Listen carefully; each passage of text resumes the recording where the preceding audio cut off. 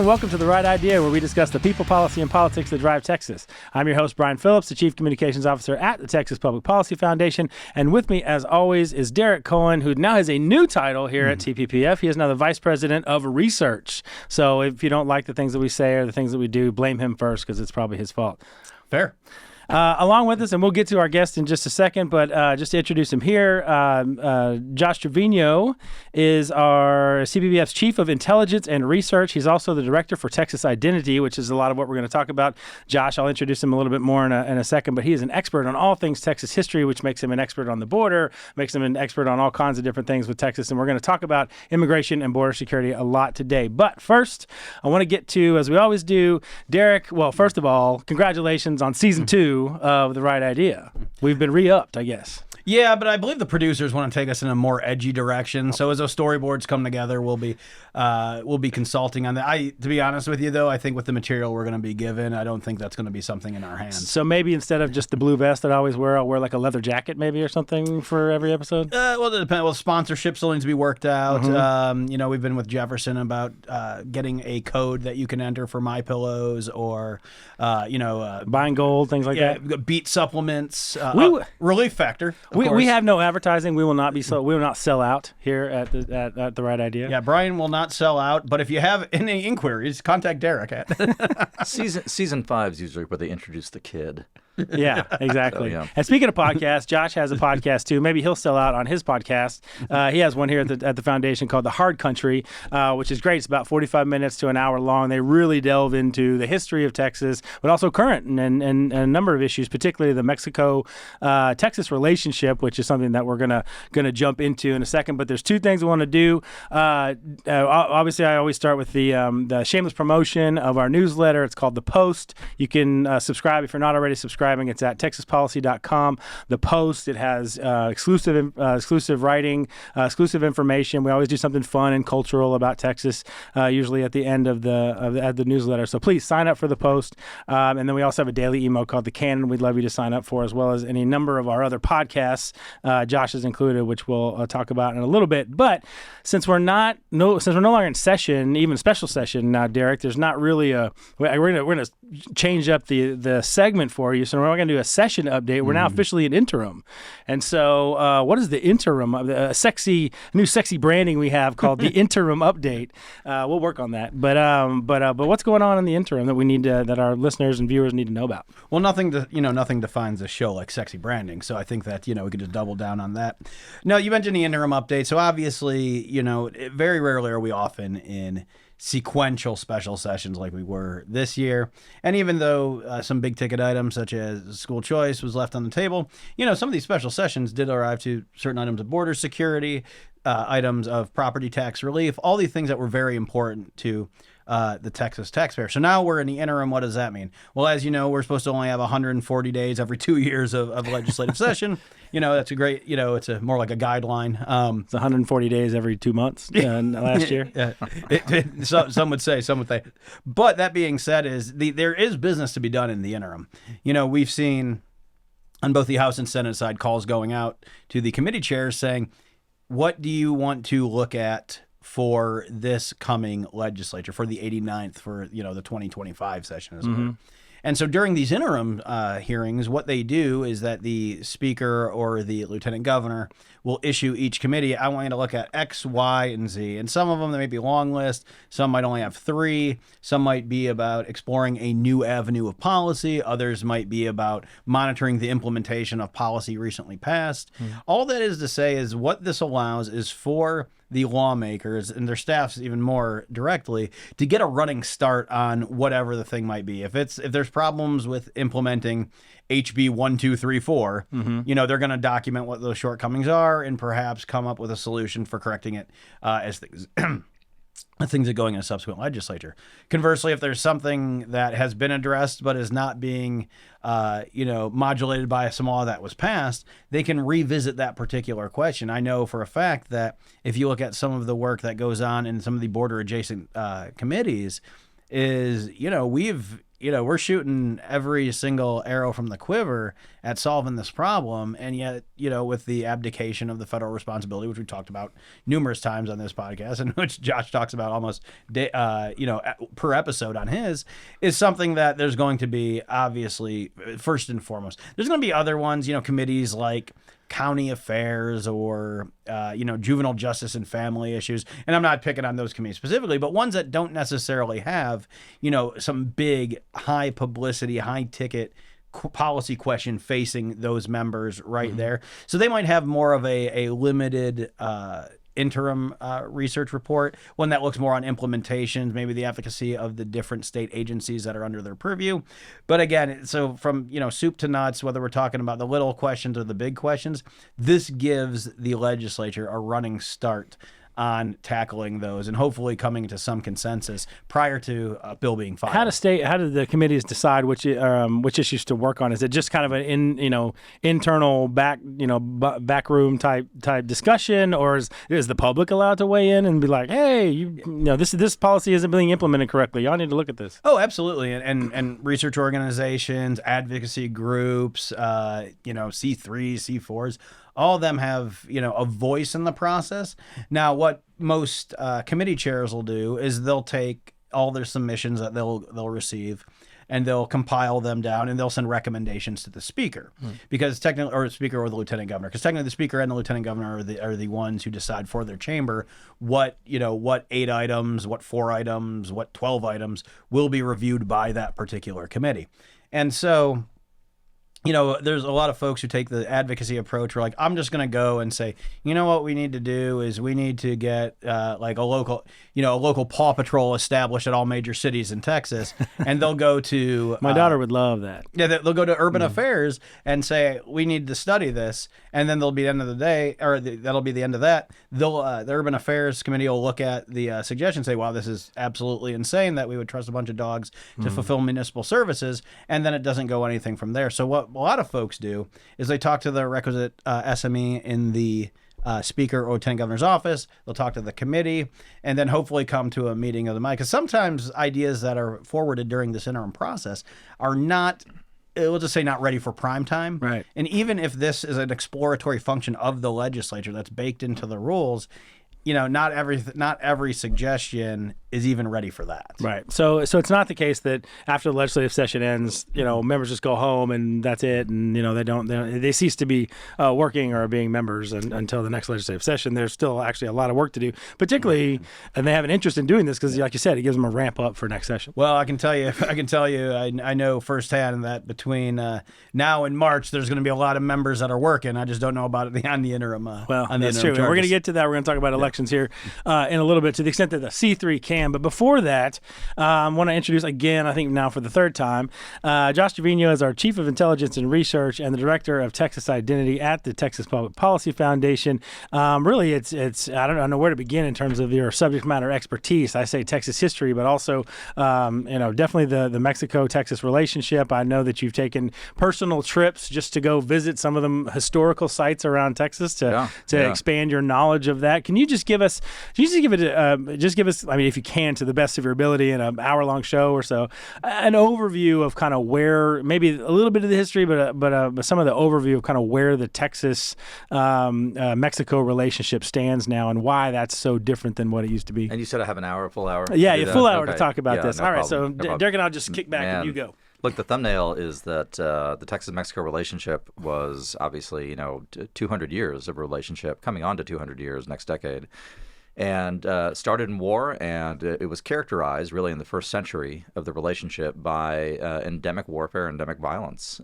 Two peoples, and by the way, I'm half Mexican, so I've got both peoples represented with me. A lot of other Texans too. But the You've got past a war century, going on inside. Yeah, just a war going. But it's delicious. A tussle inside. Yeah, maybe that's one adjective. Yeah, for sure.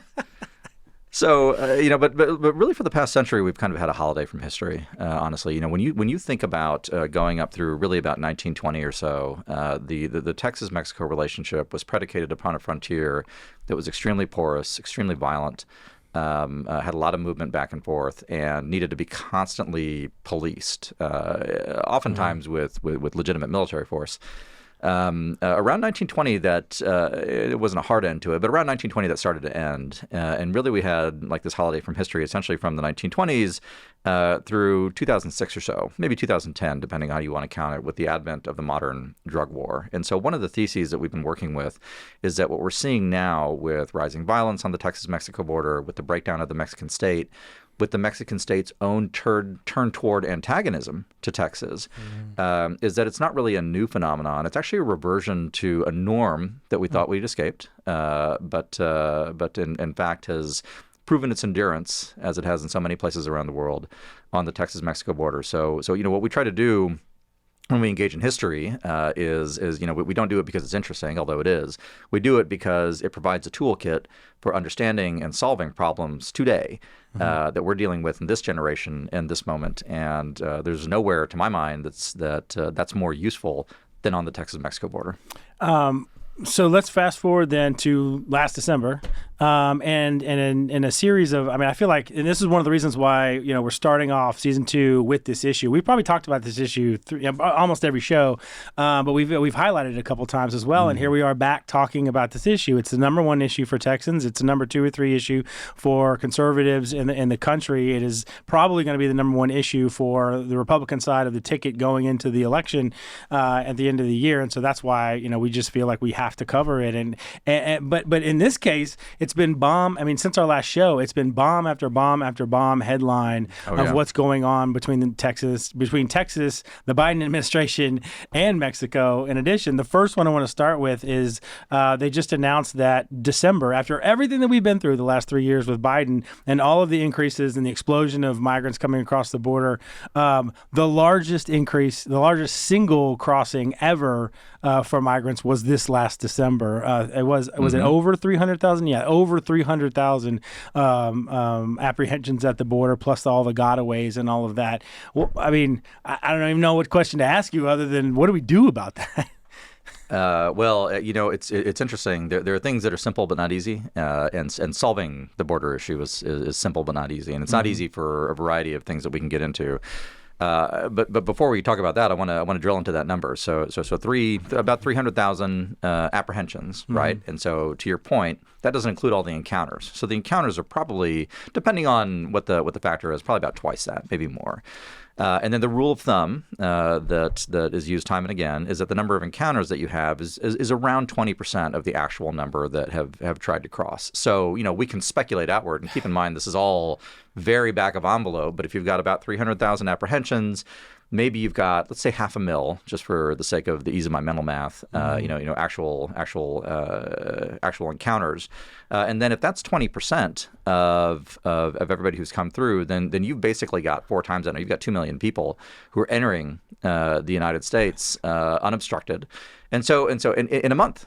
In 1 month. And so telescope that out to a year. And what you're talking about is, prospectively anywhere from, and nobody really knows, 5 million, 10 million, 12 million individuals entering the United States unaccounted for every year. We don't know who they are. We do know that they're all part of trafficking networks of some kind.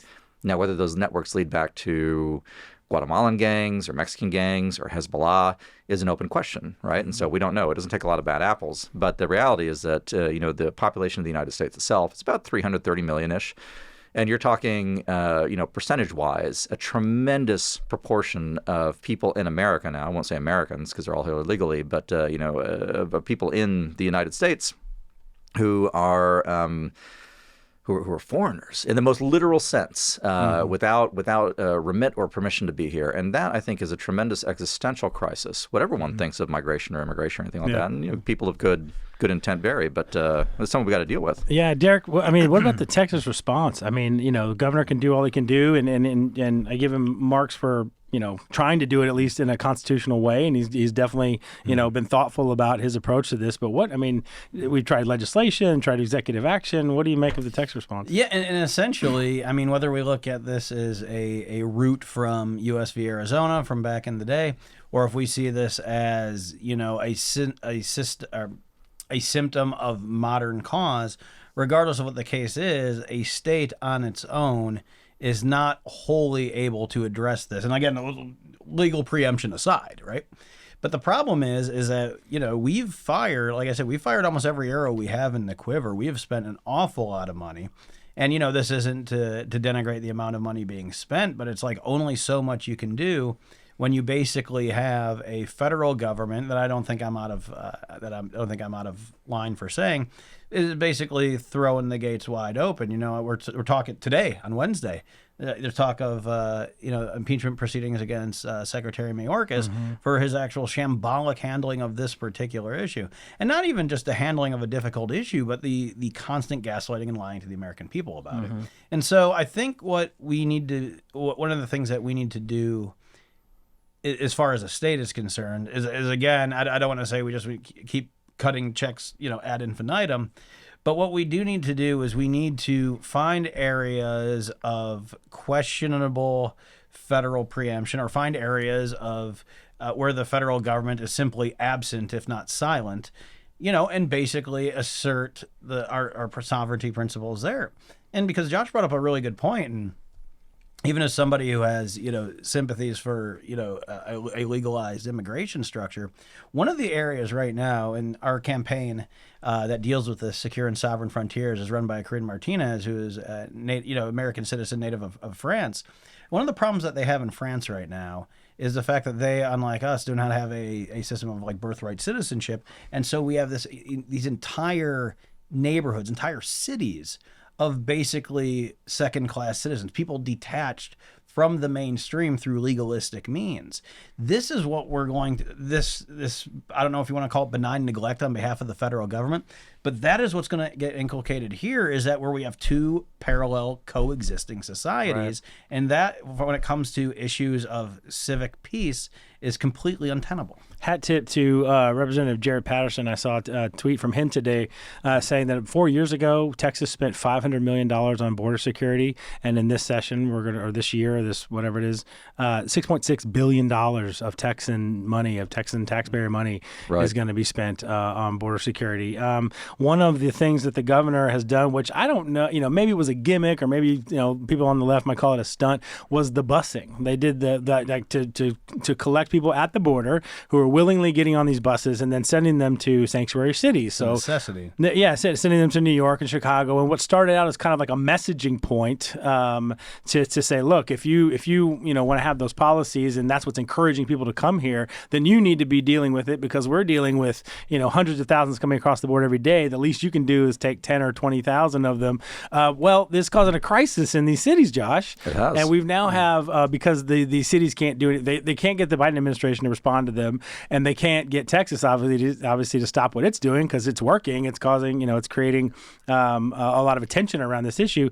Now they're suing the bus companies for bringing people who are willingly coming to their cities where they have a policy of sanctuary cities. They're now suing. New York is now said they're going to sue the bus companies. Like, where does this all lead? I'm very entertained at leftist states deciding that free interstate commerce is no longer a core principle of constitutional governance. We could roll back interstate commerce law. That'd be actually kind of great. Chance is about to burst through this wall like a Kool-Aid man saying, "You guys want to get rid of the Commerce Clause?" It's even worse than that. I don't know if you guys saw that. I believe it's in New York. They actually closed down a high school and sent the entire population of the high school 2-day virtual education for the rest of the year. O'Hare is overrun by illegal immigrants right now. O'Hare Airport is? O'Hare Airport is, yeah. Okay. Well, I'm glad O'Hare is having the same experience it always has. But look, I mean, closing down a school and sending the entire student body virtual so that they can house illegal migrants at the school is atrociously bad. It's catastrophically bad. But I'll tell you what, whether or not we think that the busing, and you have to credit Greg Abbott for it. This is something I think national press has gotten wrong, because it came into their consciousness because Governor DeSantis, I believe, sent that plane load of migrants to Martha's Vineyard, which is for like the Garden of Eden for them. Who they then deported. I know. Well, when you do it like the epicenter of people who subscribe to the Atlantic, then it suddenly becomes a national crisis for them. Yeah. But it was actually Greg Abbott who thought of it, and it was such a good idea that has borne such rich fruit from a policy standpoint, from a demonstrative standpoint, that as a Texan, I fully support it. I think they should be made to, they being the great mass of leftist states and individuals and regime, apparatchiks who are happy to let Texas suffer. for their bad policies. Now they get to live with it too, and that's all for the good. And I hope it spurs them to good policy. But if it doesn't, then enjoy the consequences. So the other side of this is not only is the Biden administration not doing anything on this, and has actually made the problem worse by lifting a lot of the Trump era policies that were working at the time. They're actually preventing Texas from trying to address the problem. So not only are they against the busing and all that kind of stuff, the third bomb that went off is that the Biden administration is suing Texas to stop enforcement of its own laws. SB 4, which we've talked about on this show, talked about it a couple weeks ago with folks, which is essentially the one which I can't even believe it wasn't a law. You had to make a law to make it a state felony for crossing into Texas illegally. Well, you didn't need a law before because the assumption was that the federal government would do its job. Right. Yeah. So I think a lot of people are scratching their heads at why we even needed a law. But the Biden administration is now suing Texas for implementing that law. And we've talked about how the Democrat Party is now going to work with the Mexican government, a la the cartels, to go around Texas undermining the law. But that was the one that went off, is that not only are they not doing their job and making it harder for Texas to do its job, but now it's actually trying to literally prevent them, Josh. It's even worse than you say. Okay, great. Here we go. The reason that they're doing it, the reason that they sought to remove the Texas border barriers around Eagle Pass, and now DOJ has filed litigation against the implementation of SB 4 in Texas, is specifically because the Mexican government asked Washington, D.C. to do it. That's something that every Texan needs to understand. We're not just contending with powers south of the border. We're contending with Mexico City, and our other opponent in this, which is unfortunate to say, is the federal government itself. And Washington, D.C. and Mexico City are working together on this. That litigation would probably not be happening, at least not in the way that it is, or the timing that it is, but for the explicit request of the Mexicans themselves. Now, this is something, I don't like to say we told you so, but sometimes we can pat ourselves on the back and say we told you so. But through our CEO, Greg Sindelar, wrote an op-ed back in August in which he predicted that this issue was going to be so bad that it would start to sag Biden's reelection chances and sag his numbers, because they haven't responded to this at all. And that's what we've been seeing over the last quarter or so. And the Democrats, and you've seen reports about this is the case, that the immigration problem is starting to sink Biden and really drag him down. We published this in August and said that the American president who is running for reelection benefits greatly if Mexico clamps down on human trafficking crisis in the run-up to 2024. Now, we wrote that and predicted that back in August, and here we have the fourth big bomb now is that there was a deal, as you referenced, there was a deal between Biden and the American and the Mexican president that the Mexican side would now start to clamp down on the border crossings. Right. Right. But the bomb is, we now know the full list of demands, which is in exchange for what? What did the Mexican president ask for? The Mexicans, first of all, you have to admire just the canniness of the Mexicans, because the Mexicans actually have a weak hand versus the United States. They don't actually prevail over us objectively in anything, economics, military, so on. Avocados. Yeah. Oh, true. Yes. Although we just got caught, like you said, man. Commodity suppliers trying to leverage that tend to lose out in the long run. I'll tell you the story of Egyptian cotton sometime. That's a whole other episode. That's another story for another time. Look, the United States, which is typical of the Biden regime at this point, has been acting like it has the weak hand. And so the Mexicans, very clearly understand the psychology of the Biden team. And so they've been making very extravagant demands. And so their demands have been, and this really became clear with the communique on December 28th, in exchange for shutting down migrant flows, at least through re-election, what they hope is going to be the re-election of President Biden. And believe me, they really do want Biden re-elected. Their price tag is DOJ has to attack Texas, which is done. The United States has to send $20 billion for a root causes of migration fund that the Mexicans will help administer. The U.S. should lift sanctions on Cuba. The U.S. should lift sanctions on Venezuela, which has already been partially done.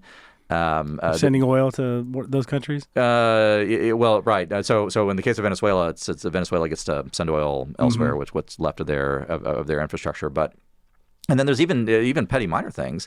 Isn't there legalization of millions of Mexicans already here? Yeah, like a regularization of status is what they're calling it for a lot of the illegals that are here. And so and the Biden regime has capitulated almost all of this. I think the one thing that they haven't capitulated to is an easing of sanctions on Cuba, although they're kind of doing it through the back door, because you actually see like the interest section in Havana, like promoting tourism to Cuba, which is weird for the United States government to be doing. But I'll tell you this. I mean, the Mexican regime it's a cartel regime. The president of Mexico himself is directly complicit with cartels. We've been saying this for months and months. But it's also a very hard left regime, and so it has a positive interest in defending the leftist dictatorships in Nicaragua, Venezuela, Cuba, and so on. And when the Biden administration tried to point this out in the communique on December 28th, that hey, this democratic backsliding was the phrase that they used in the communique, the Mexicans freaked out, and they actually made our State Department take that phrase out of the official communique because they didn't want a hint of criticism of the cronyist leftist regimes in Latin America that are sending all these people north. That is. It just seems like too many steps. Why don't they just fly an Iranian flag and the Biden administration will do whatever they need? That is almost happening. It is almost happening. On September, we've talked about this on the Hard Country, the podcast that we do here which is on border affairs. We have shameless plugs here. You don't have to slip it in that way. Okay, if you just want to look directly in the camera and say, "Watch the Hard Country." Watch the Hard Country. Yes, but we talked about this on September 16th, of Mexican Independence Day. They actually had Chinese and Russian troops marching through the Zocalo in Mexico City, which was a message to the United States to generate leverage for all of this. Yeah. So it's the things have gone far. Can I add one thing real Absolutely. quick? This is a little bit external to what we're doing here, but it's worth noting. Just in the past 24 hours, Ecuador has disintegrated. Basically, there's something close to a full-on civil war in Ecuador right now because there are various loosely coordinated cartel elements that are. Yeah, there's a viral video going around of them taking over a TV station. Taking over a news TV station, executing policemen, taking over prisons, announcing, and the president of Ecuador has announced that the military is going to fight the cartels. So it's a bad situation. This is where Latin America is headed in the Biden years. And we make no mistake, last month was the 200th anniversary of the Monroe Doctrine. And those who would abandon it in favor of a vision of weakness and accommodation with these regimes south of the Rio Grande are directly responsible for what's happening. And all this ends up, we talk about Latin America, all this ends up in Texas communities, and thanks to the bus companies, in New York communities too. Mm-hmm. Derek, going back to my very first press secretary job was for a U.S. House representative in New Mexico. We had the Southern District, and so it was the longest southern border in any one district in the country. So I've been looking at these issues for a long time, and every single time we've addressed it, whether it was 2007, 2013, and then into the crisis that we have today. Every administration, Republican, Democrat, doesn't matter. All the law enforcement officers at the federal, state, and local levels all say the same thing. In order to secure the border, you need three things. You need a barrier of some kind, call it a wall, call it whatever you want to call it. You need a barrier, you need technology, and you need personnel. Mm-hmm. And they've all said something like that for the last 15, 20 years since I've been paying attention and in politics and all this. What is so hard about coming together on something like that, like border security, when everybody that's an expert on this stuff, particularly on securing the border, all says the same thing and has said it that way for decades? Well, no, and I think that you generally see, and sadly, that's what gives Secretary Mayorkas the very thin but cover to say that, the border is not open. He's like, because we do in some parts have a wall.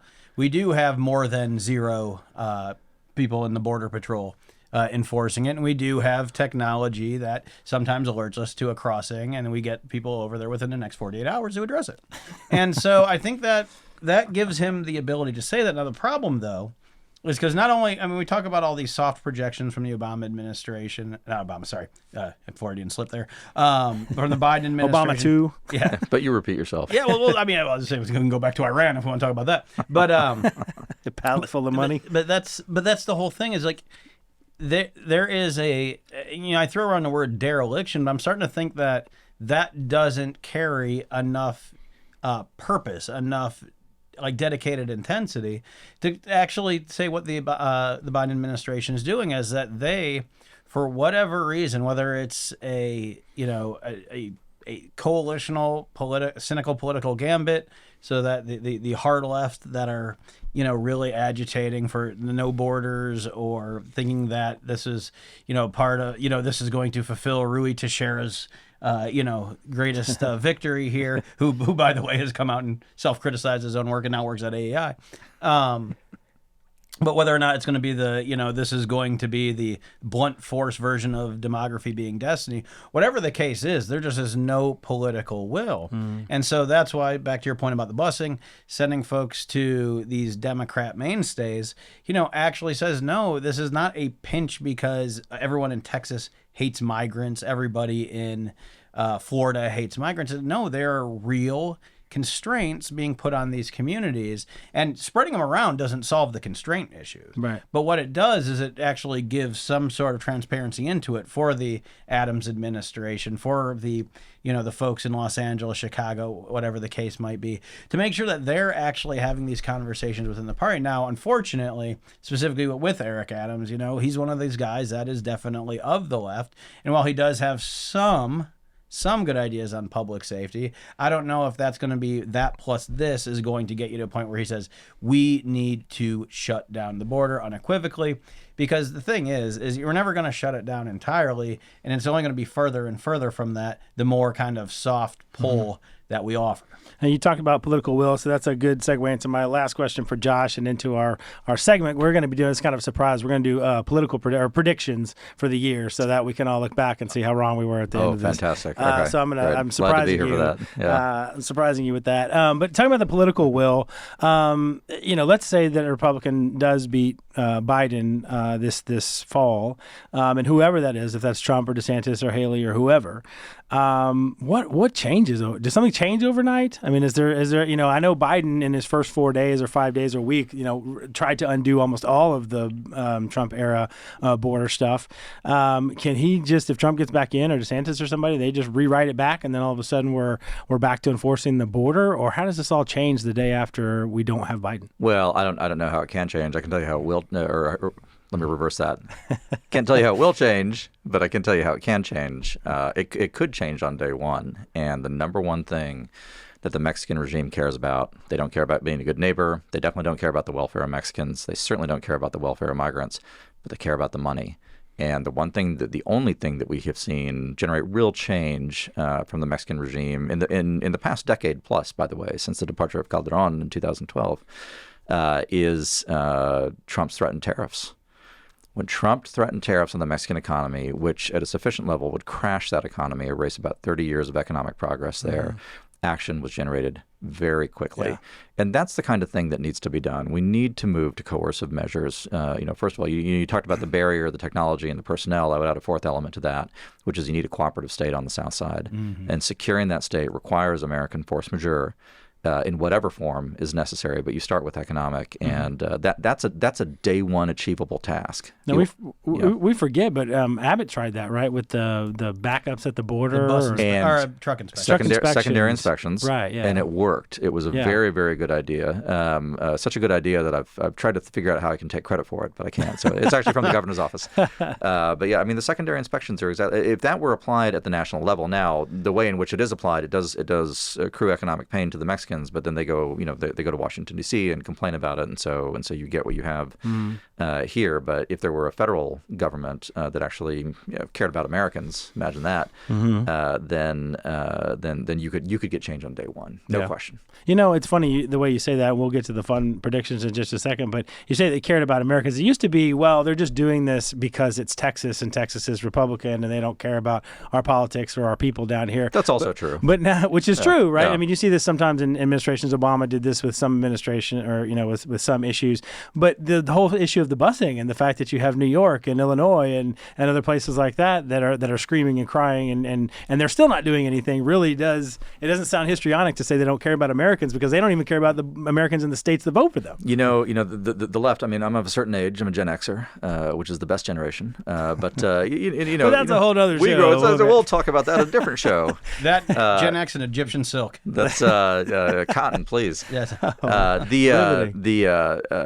the left that I grew up with, really the pre-2010-ish, 2015-ish left, was an industrial left. It was a left that broadly believed in America, and so it was a left with people like Scoop Jackson or Harry Truman or all that.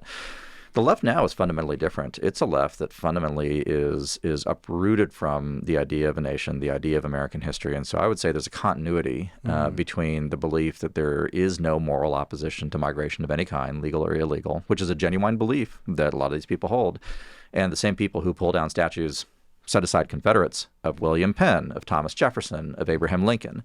That alienation from the country, that alienation from the republic expresses itself in many ways, and an open border is one of them. No. Well, we are definitely going to continue discussing this throughout the year. Definitely not an issue that will go away regardless of who wins the presidency. And so we'll still be, particularly from this bird's eye view here in Texas. So thank you, Josh, for being on the show. Stick with us. We're going to do about 10 minutes of fun and talk about our predictions for the year. But again, I want to, shamelessly promote Josh's podcast. It's called The Hard Country with Melissa Ford, who's fantastic. She's really our expert on the Mexico-Texas relationship. And we've had her on here before, and she's talked about that, and it's fantastic. So please, if you get our podcast from YouTube or wherever you get our podcast from, you can do the same with Josh. So thank you so much for being here. All right. 2024 predictions. Let's get into it. So the first one, obviously, is the I just want to get into more issues, since this is the right idea, and I always like saying the name of the show on the show. We're going to get into ideas. So what do you think, Derek? I'll start off with the first one. What do you think the biggest issues for the GOP and the Democratic Party will be going into the elections? These will be and the way I'm framing this is what will they choose to highlight? Not just necessarily what the media talk about or whatever, but what do you think the issues that, if they could have their way, these are what the Republicans would want to talk about, these are what the Democrats want to talk about? Oh, I think that's largely, I don't think that paint is dry at this point, but I think it's already on the canvas at least. I think that if you look at the issues that, we'll just say on the Democrat side, that they should be talking about, obviously, look, we just did however long we've just done on the border. We can all agree that that's an issue. But do you think that's number one? Do you think that's... I do think it's number one. I think that's followed shortly behind, but not distinctly from, given a lot of the interplay there is from the economic issues. Bidenomics, however defined, has been a fundamental failure. It's so I say enlightening to see the Paul Krugmans of the world, who talk, or maybe the Council of Economic Advisors, when folks on there come out and tweet gas is cheaper, it's 50 cents cheaper than last year. It's after a historic spike. So in other words, if it went up 25%, we're now at 20% over its original. And so it's I think the economy, and that, as we know from voting preference, the economy probably motivates, whereas discrete issues such as the border will animate certain individuals. I'm hard pressed to think of, and say the Ohio electorate, which obviously is a strong constituency for President Trump. To say there's a cohesive border coalition in Ohio. Yeah. But you know what they have in Ohio? An economy that's affected by issues at the border. Yeah. And so I think that the economy is going to be where they should be focusing, which is going to have implications on the border as well. But what they choose to focus on, as we've seen in his Valley Forge speech, is this amorphous threat to democracy. And I'll be the first to admit, I think that over the last 10 years, both parties, there's nobody without blood on their hands here, has done irreparable damage to the civic norms that govern the way we go about our business of self-governance. I think folks on the right have done it. I think folks on the left have done it asymmetrically more, specifically when it comes to issues of completely dissolving city infrastructure and creating these autonomous zones and things like that, and these other items we seem to have memory hold from only 3 years ago. But that being said, they want to pin their entire messaging strategy on, Donald Trump will be Franco at best and Pol Pot at worst, when in truth, if they're already conceding that, the American experiment's already over. It's done. It's, the folks out there, going, oh, you got to know what time it is. The clock's dead. It's broken at that point. So if we are one election away from defeat, going one way or the other, then we're already done. We have I still say we have a strong circuit breaker in place that even if you go with the worst, most pernicious views of, say, a President Gavin Newsom or a President Trump or anyone else, is that their dictatorial impulses, however defined, are going to be largely blunted. That's what I would say, and that's why I think they're going to be leaving a lot of it. That's an optimistic look and a very, very faithful to our system, the American system of checks and balances. Optimism through cynicism. That's what I'm like delivering. it. I like Josh. Midwestern, very good. Yeah, Thank you. That's nice. Is the Democratic Party is going to be all Trump on January 6th, and it won't even be about issues? I mean, they would argue that it is an issue, but look, I mean, I think kind of amplify one of Derek's points a little bit. When you look at the modern kind of violation of norms, to borrow a phrase that they're very fond of using, and this too is memory hold. Our current say small d democratic crisis was kicked off by large D democratic decisions to overrun and overtake 2 state legislators over a decade ago in Wisconsin and here in Texas. And we should never forget that. And frankly, they got away with it. There were no prosecutions after it or anything like that. Nothing like J6. But candidly, there ought to have been, but there wasn't because the perpetrators were on the left. And that imbalance, I think, feeds into what I think is going to be one of the 2 major issues in this election campaign, which is a lot of people are going to ask, who is this country for? On whose behalf is America run? Is it run on mine? If I defend myself in my home or my land, am I going to be prosecuted? And the answer is frequently yes, and people are going to draw conclusions from that. And there's a whole variety of examples. Depends on you if can you have think a of MAGA flag outside. Right, exactly. It's which signifier, which cultural signifier Right, you yeah. attach yourself to. On the other hand, I do think that there's going to be one issue that is going to sit on top of all of that, which is cost of living. Quality of life. Yeah. Those issues. So we only have a couple minutes left. Is anybody who thinks that it won't be Trump or Biden for the nomination? I know Iowa's this week is on Monday. There's a 30-point Trump lead, but it looks like maybe some of the other contests may be closing. Does everybody think it won't be Trump and won't be Biden? Well, I think we've survived Bergamentum though, but Hutch's sanity's still in play. And there are 3 guys running against Biden. So I think we pretty much know what the November that. ballot's going to look like.